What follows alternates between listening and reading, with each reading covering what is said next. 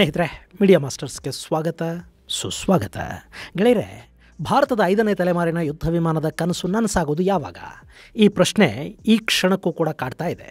ಇತ್ತೀಚೆಗಷ್ಟೇ 5ನೇ ತಲೆಮಾರಿನ ಯುದ್ಧ ವಿಮಾನದ ಸಿದ್ಧತೆಗೆ ಬೇಕಿರುವ ಎಲ್ಲ ಕ್ಲಿಯರೆನ್ಸನ್ನು ಕೇಂದ್ರ ಸರ್ಕಾರ ಕೊಟ್ಟಿದ್ರೂ ಕೂಡ ಭಾರತ ಇನ್ನು ಸುಖೋಯ್ Su-57 ಹಾಗೂ F-35 ಇವುಗಳ ಪೈಕಿ ಯಾವುದನ್ನು ಆಯ್ಕೆ ಮಾಡ್ಕೋಬೇಕು ಅನ್ನೋ ಗೊಂದಲದಲ್ಲಿತ್ತು. ಆದರೆ ಇತ್ತೀಚೆಗೆ ಭಾರತ ಮತ್ತು ಅಮೆರಿಕಾದ ನಡುವಿನ ತಿಕ್ಕಾಟ ಹೆಚ್ಚಾಗ್ತಾ ಇರುವಾಗಲೇ F-35ಗೆ ಭಾರತ ನಿರ್ದಾಕ್ಷಿಣ್ಯವಾಗಿ ನೋ ಅಂತ ಹೇಳಿದೆ. ಆದರೆ ಸುಖೋಯ್ Su-57ಗಳ ವಿಷಯದಲ್ಲಿ ಭಾರತ ಇನ್ನೂ ಒಂದು ಸ್ಪಷ್ಟ ನಿರ್ಧಾರಕ್ಕೆ ಬಂದಿಲ್ಲ.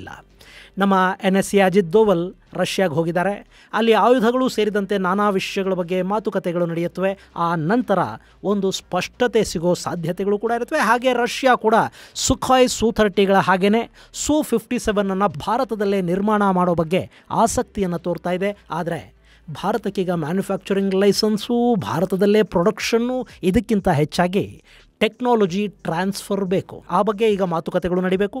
ಈ ಎಲ್ಲ ಕಾರಣಗಳಿಂದ ಭಾರತಕ್ಕೆ 5ನೇ ತಲೆಮಾರಿನ ಯುದ್ಧ ವಿಮಾನ ಸಿಗೋದು ಇನ್ನಷ್ಟು ತಡ ಕೂಡ ಆಗಬಹುದು. ಇನ್ನು ಅಮೆರಿಕ ಅಥವಾ ರಷ್ಯಾದಿಂದ ನಾವು ಯುದ್ಧ ವಿಮಾನಗಳನ್ನು ಖರೀದಿ ಮಾಡ್ತೀವಿ ಅಂತ ಅಂದರೂ ಕೂಡ ಅವೇನು ನಾಳೆನೇ ಬಂದು ಬಿಡೋದಿಲ್ಲ.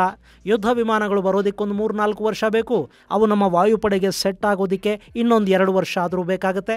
ಹೀಗಾಗಿ ನಮಗೆ ಯುದ್ಧ ವಿಮಾನಗಳು ಸಿಗೋದಕ್ಕೆ ಸಾಕಷ್ಟು ಸಮಯ ಆಗುತ್ತೆ. ಸೊ ಭಾರತದ ರಕ್ಷಣಾ ತಜ್ಞರು ಈಗ ಭಾರತದಲ್ಲಿರೋ ಯುದ್ಧ ವಿಮಾನಗಳನ್ನೇ 5ನೇ ತಲೆಮಾರಿನ ಯುದ್ಧ ವಿಮಾನಗಳನ್ನಾಗಿ ಅಪ್ಗ್ರೇಡ್ ಮಾಡಿಕೊಳ್ಳೋ ಲೆಕ್ಕಾಚಾರದಲ್ಲಿದ್ದಾರೆ. ಹಾಗಂತ ಇಲ್ಲಿ ಅಪ್ಗ್ರೇಡ್ ಆಗ್ತಾ ಇರೋದು ರಫೇಲ್ ಅಲ್ಲ, ಬದಲಿಗೆ ಭಾರತದ ಬತ್ತಳಿಕೆಯಲ್ಲಿ ಬ್ರಹ್ಮಾಸ್ತ್ರ ಅಂತಲೇ ಕರೆಸ್ಕೊಳ್ತಾ ಇರುವ, ಇವತ್ತಿಗೂ ಶತ್ರುಗಳಿಗೊಂದು ಸರ್ಪ್ರೈಸನ್ನು ಹಾಗೆ ಉಳಿಸಿರುವ ಸುಖೋಯ್ Su-30 MKI ಯುದ್ಧ ವಿಮಾನಗಳು.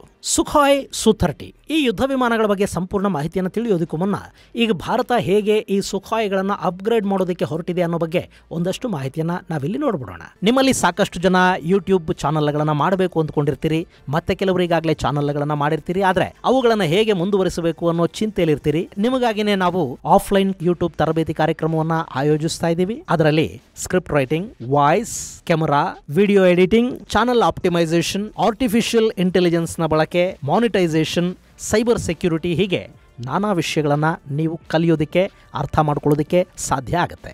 ಆಗಸ್ಟ್ 15ರಿಂದ 3 ದಿನಗಳ ಕಾಲ ಆಫ್ಲೈನ್ ಕ್ಲಾಸುಗಳನ್ನು ಆಯೋಜಿಸಲಾಗಿದೆ. ಹೆಚ್ಚಿನ ಮಾಹಿತಿಗಾಗಿ 9972 37 9459 9972 37 9459 ಸಂಖ್ಯೆಗೆ ಸಂಪರ್ಕಿಸಿ.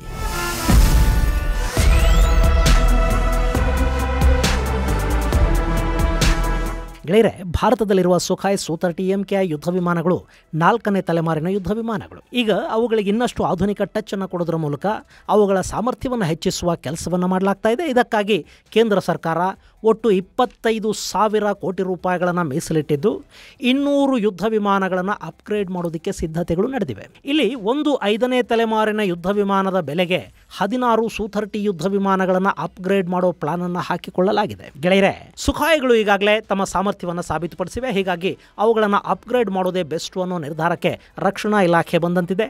ಇಲ್ಲಿ ಭಾರತೀಯ ವಾಯುಪಡೆ ಸುಖೋಯ್ Su-30 MKIಗಳಿಗೆ ವಿರೂಪಾಕ್ಷ ರಡಾರ್ ಅನ್ನು ಅಳವಡಿಸುವ ಸಲಹೆಯನ್ನು ಕೊಟ್ಟಿದೆ. ಈ Virupaksha radar active electronically scanned array ಆಗಿದ್ದು, ಇದು ಭಾರತದಲ್ಲೇ ಸಿದ್ಧವಾದ ರಡಾರ್ ಆಗಿದೆ. ಇದನ್ನು DRDO ನಿರ್ಮಾಣ ಮಾಡಿದೆ. ಇದರ ಆಬ್ಜೆಕ್ಟ್ ಡಿಟೆಕ್ಷನ್ ರೇಂಜ್ ತುಂಬಾನೇ ಹೆಚ್ಚಾಗಿದ್ದು, ಒಂದೇ ಬಾರಿಗೆ 16 ಟಾರ್ಗೆಟ್ಗಳನ್ನು ಗುರುತಿಸುವ ಸಾಮರ್ಥ್ಯವನ್ನು ಈ ವಿರೂಪಾಕ್ಷ ರಡಾರ್ ಹೊಂದಿದೆ. ಅಷ್ಟೇ ಅಲ್ಲದೆ ಆಧುನಿಕ ಎಲೆಕ್ಟ್ರಾನಿಕ್ ವಾರ್ಫೇರ್ ಅಲ್ಲಿ ಕೂಡ ಇದು ಸೈ ಅನ್ನಿಸ್ಕೊಂಡಿದೆ.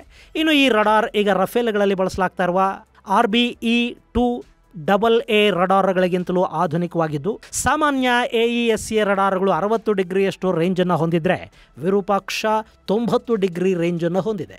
ಇದರಲ್ಲಿ 8 ಲೈನ್ ರಿಪ್ಲೇಸಬಲ್ ಯೂನಿಟ್ಗಳಿವೆ. ಇವು ರಡಾರ್ನ ಪರ್ಫಾರ್ಮೆನ್ಸನ್ನು ಹೆಚ್ಚಿಸ್ತಾ ಇವೆ.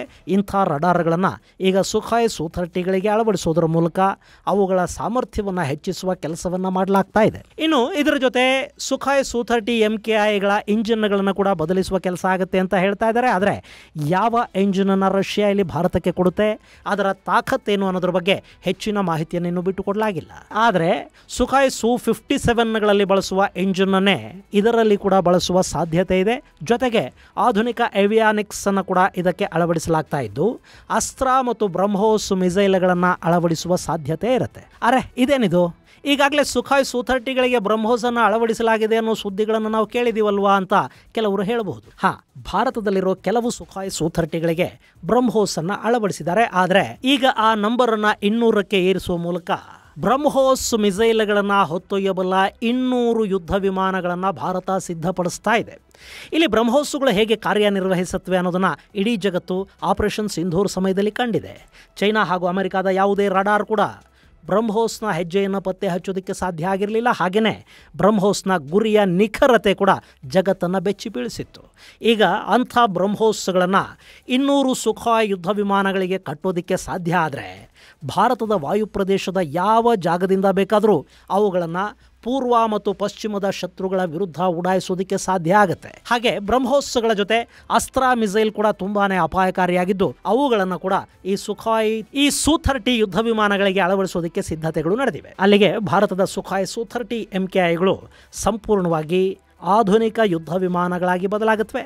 ಅವು ಚೈನಾದ J-20ಗಳಿಗಿಂತ ಬಲಿಷ್ಠವಾಗಿ ರೂಪುಗೊಳ್ತಾ ಇವೆ. ಹೀಗೆ ಮಾಡೋದ್ರ ಮೂಲಕ ಭಾರತ ಸದ್ಯಕ್ಕೆ ತನ್ನ ವಾಯುಪಡೆಯ ಶಕ್ತಿಯನ್ನು ಹೆಚ್ಚಿಸಿಕೊಳ್ಳುವುದರ ಕಡೆಗೆ ಬಾಹ್ಯ ದಾಳಿಗಳನ್ನು ಸಮರ್ಥವಾಗಿ ಎದುರಿಸೋದಕ್ಕೆ ಬೇಕಾದ ಸಿದ್ಧತೆಗಳನ್ನು ಮಾಡಿಕೊಳ್ಳುವ ಲೆಕ್ಕಾಚಾರವನ್ನು ಹೊಂದಿದೆ.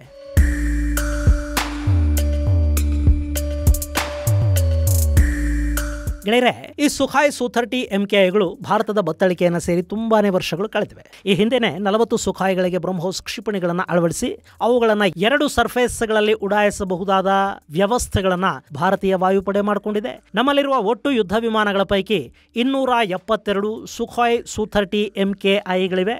ಅವುಗಳಲ್ಲಿ ಸದ್ಯಕ್ಕೆ 260 ಯುದ್ಧ ವಿಮಾನಗಳು ಆಕ್ಟಿವ್ ಆಗಿದ್ದು ಇನ್ನಷ್ಟು ಸುಖಾಯ್ಗಳನ್ನು ಖರೀದಿಸುವ ಬಗ್ಗೆ ಕೂಡ ಮಾತುಕತೆಗಳು ನಡೀತಾ ಇವೆ. ಈ ಹಿಂದೆ ಭಾರತ ಮತ್ತು ಚೈನಾದ ನಡುವಿನ ಸಂಘರ್ಷದ ಸಮಯದಲ್ಲಿ 12 ಸುಖಾಯ್ ಸು-30ಗಳನ್ನು ಖರೀದಿಸೋದಕ್ಕೆ ಭಾರತ ಮುಂದಾಗಿತ್ತು. ಈಗ ಅವುಗಳ ಬಗ್ಗೆ ಭಾರತ ಬೇರೆಯದ್ದೇ ರೀತಿಯಲ್ಲಿ ಯೋಚಿಸ್ತಾ ಇದೆ. ಇನ್ನು ಭಾರತೀಯ ವಾಯುಪಡೆಯಲ್ಲಿ ಸುಖಾಯ್ನ ಪ್ರಯಾಣ ಆರಂಭ ಆಗಿದ್ದು 1995ರಿಂದ. ಆದರೆ ಅದಕ್ಕೆ ಅಧಿಕೃತ ಮುದ್ರೆ ಅನ್ನೋದು ಬಿದ್ದಿದ್ದು ಮತ್ತು ಸುಮಾರು $1.46 ಬಿಲಿಯನ್ ಒಪ್ಪಂದ ಆಗಿದ್ದು 1996ರ ನವೆಂಬರ್ 30ನೇ ತಾರೀಖು. ಅವತ್ತಿಗೆ ಈ ದೇಶದ ಪ್ರಧಾನಿಯಾಗಿದ್ದವರು HD ದೇವೇಗೌಡರು. ಗೆಳೆಯರೆ, ಆ ಒಪ್ಪಂದದ ಪ್ರಕಾರ 50 ಸುಖಾಯ್ ಯುದ್ಧ ವಿಮಾನಗಳ ಖರೀದಿಗೆ ಆರ್ಡರ್ ಮಾಡಲಾಯಿತು. ಹಾಗೆ 1997ರ ಜುಲೈ 1ರ ಹೊತ್ತಿಗೆ ಸುಖಾಯ್ ಯುದ್ಧ ವಿಮಾನ ಭಾರತೀಯ ವಾಯುಪಡೆಗೆ ಸೇರ್ಪಡೆ ಕೂಡ ಆಗೋಯ್ತು. ಆನಂತರ 2000ನೇ ಇಸ್ವಿಲಿ ಅವತ್ತಿನ ಪ್ರಧಾನಿ ವಾಜಪೇಯಿ 140 ಸುಖಾಯ್ ಸು-30 ಯುದ್ಧ ವಿಮಾನಗಳ ಖರೀದಿಗೆ ಒಪ್ಪಂದ ಮಾಡಿಕೊಂಡ್ರು. ಇನ್ನು 2007ರಲ್ಲಿ ಮನಮೋಹನ್ ಸಿಂಗ್ ಸರ್ಕಾರ 40 ಸುಖಾಯ್ಗಳನ್ನು ಖರೀದಿ ಮಾಡ್ತು. ಅಲ್ಲಿಗೆ ಸುಖಾಯ್ ಯುದ್ಧ ವಿಮಾನಗಳ ಬಲ 230ಕ್ಕೆ ಏರಿಕೆ ಆಯಿತು. ಈ ಸಂದರ್ಭದಲ್ಲೇ ಈ ಯುದ್ಧ ವಿಮಾನಕ್ಕೆ ಪರಮಾಣು ಬಾಂಬುಗಳನ್ನು ಹಾಗೂ ಬ್ರಹ್ಮೋಸ್ ಮಿಸೈಲ್ಗಳನ್ನು ಅಳವಡಿಸುವ ಪ್ಲಾನ್ ಒಂದು ತಯಾರಾಯಿತು. ಆ ಕೆಲಸಕ್ಕಾಗಿ 2010ರಲ್ಲಿ ಮನಮೋಹನ್ ಸಿಂಗ್ ಸರ್ಕಾರ ಮತ್ತೆ 42 ಸುಖಾಯ್ ಯುದ್ಧ ವಿಮಾನಗಳನ್ನು ಖರೀದಿ ಮಾಡ್ತು. ಅಲ್ಲಿವರೆಗೆ ಭಾರತ ಒಂದು ಸುಖಾಯ್ ಯುದ್ಧ ವಿಮಾನಕ್ಕೆ ಸುಮಾರು 240 ಕೋಟಿ ರೂಪಾಯಿಗಳನ್ನು ಕೊಡ್ತಾ ಇತ್ತು.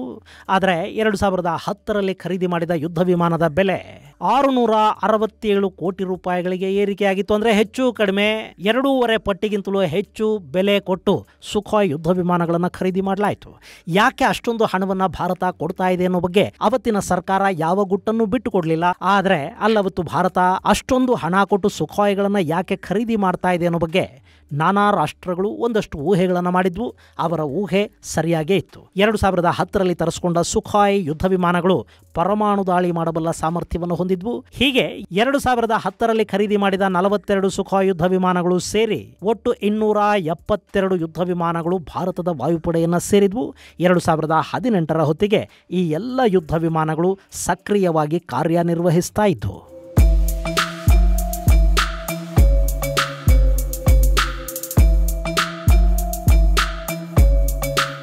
ಗೆಳೆಯರೆ, ಈ ಯುದ್ಧ ವಿಮಾನಗಳಲ್ಲಿ ಬಹಳಷ್ಟನ್ನ ನಾಸಿಕ್ನಲ್ಲಿರೋ HAL ಅಲ್ಲಿ ನಿರ್ಮಾಣ ಮಾಡಿದ್ದಾರೆ. ಇವುಗಳಲ್ಲಿ ಸಾಕಷ್ಟು ಮಾರ್ಪಾಟುಗಳನ್ನು ಕೂಡ ಮಾಡಲಾಗಿದೆ. ಅದಕ್ಕೆ ಅಗತ್ಯ ಇರೋ ತಂತ್ರಜ್ಞಾನವನ್ನು, ರಡಾರ್ ಸಿಸ್ಟಮ್ಗಳನ್ನು ಇಸ್ರೇಲ್ನಿಂದ ಪಡೆದು ಅಳವಡಿಸಲಾಗಿದೆ. ಆದರೆ ಈಗ ಅವುಗಳನ್ನು ಮತ್ತಷ್ಟು ಶಕ್ತಿಶಾಲಿಯನ್ನಾಗಿ ಮಾಡೋ ಕೆಲಸ ನಡೀತಾ ಇದೆ. ಇಲ್ಲಿ ಅಮೆರಿಕಾಗೆ ಈ ಹಿಂದಿನಿಂದಲೂ ಕೂಡ ಭಾರತದ ಸುಖಾಯ್ ಯುದ್ಧ ವಿಮಾನಗಳು ಹಾಗೂ ಬ್ರಹ್ಮೋಸ್ ಮಿಸೈಲ್ಗಳ ಮೇಲೊಂದು ಕಣ್ಣಿದ್ದೇ ಇದೆ. ಇತ್ತೀಚೆಗೆ ಭಾರತ ನಡೆಸಿದ ಆಪರೇಷನ್ ಸಿಂಧೂರಲ್ಲಿ ಬ್ರಹ್ಮೋಸ್ಗಳಿಗೆ ಪರಮಾಣು ಸಿಡಿತಲೆಗಳನ್ನು ಕಟ್ಟಿ ನಮ್ಮ ಮೇಲೆ ಭಾರತ ಪರಮಾಣು ದಾಳಿಯನ್ನು ಮಾಡಿಬಿಡುತ್ತೆ ಅಂತ ಪಾಕಿಸ್ತಾನದ ಸಾಕಷ್ಟು ರಾಜಕಾರಣಿಗಳು ಬಾಯಿ ಬಡ್ಕೋತಾ ಇದ್ರು.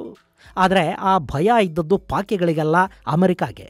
ಅಲ್ಲಿ ಅಮೆರಿಕ ವ್ಯಕ್ತಪಡಿಸಿದ ಭಯವನ್ನೇ ಪಾಕಿಗಳು ಕಲರ್ ಆಗಿ ಪೋಣಿಸಿ ಮಾಧ್ಯಮಗಳ ಮುಂದೆ ಹೇಳ್ತಾ ಹೋದರು. ಭಾರತ ಏನಾದರೂ ಪರಮಾಣು ದಾಳಿ ಮಾಡಿದರೆ ನಾವು ಕೂಡ ಪರಮಾಣು ದಾಳಿ ಮಾಡ್ತೀವಿ ಅಂತ ಪಾಕಿಸ್ತಾನ ಪುಂಗ್ತಾ ಇತ್ತು.